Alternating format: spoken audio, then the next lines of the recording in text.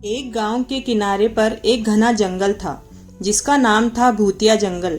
जंगल के अंदर का रास्ता इतना भयानक था कि सूरज की रोशनी भी वहां तक नहीं पहुंच पाती थी। गांव के लोग जंगल की कहानियों से डरते थे और जंगल की ओर जाने से बचते थे। कहा जाता था कि जंगल में एक बहुत पुरानी और जर्जर हवेली खड़ी थी जिसमें एक राजा की आत्मा रहती थी। दरअसल राजा ने यह सुना था कि उस हवेली में चमत्कारी शक्तियां हैं जो आशीर्वाद देकर धन्य कर देती है।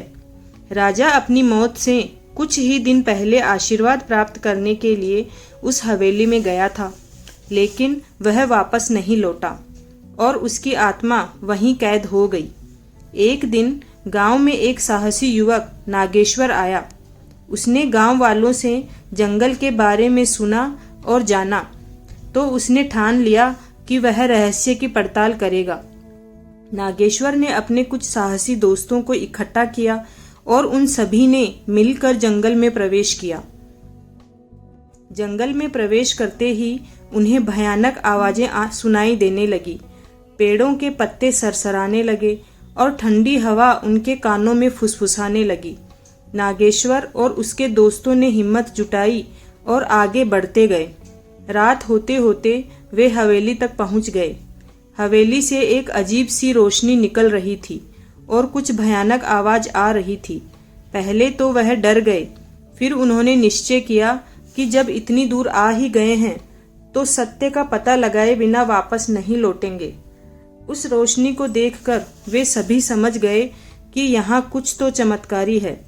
उन्होंने हवेली के अंदर कदम रखा और देखा कि हवेली के अंदर का दृश्य किसी रोशन महफिल की तरह था। हवेली के मध्य भाग में एक बड़ा हॉल था जहां राजा की आत्मा को मोक्ष दिलाने के लिए यज्ञ किया जाता था। नागेश्वर ने देखा कि हॉल के बीच में एक पवित्र अग्नि जल रही थी और उसके चारों ओर अदृश्य शक्तियों के होने का आभास हो रहा था।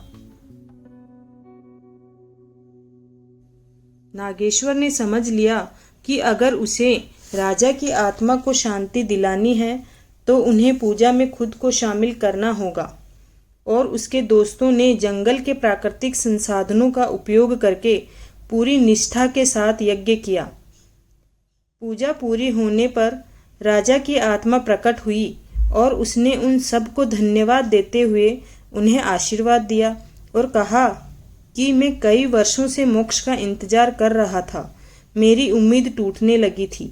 कई बुरी आत्माओं की वजह से लोग इतना डर जाते हैं कि अच्छी आत्माओं के मोक्ष के दरवाजे भी बंद हो जाते हैं।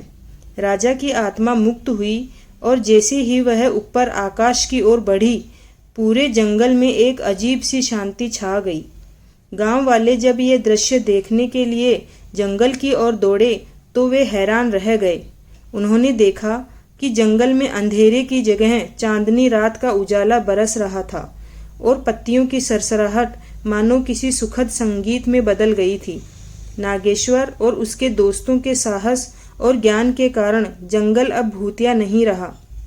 लोगों ने उन्हें अपना मसीहा माना और भूतिया जंगल अब एक पवित्र जंगल के रूप में जाना जाने लगा।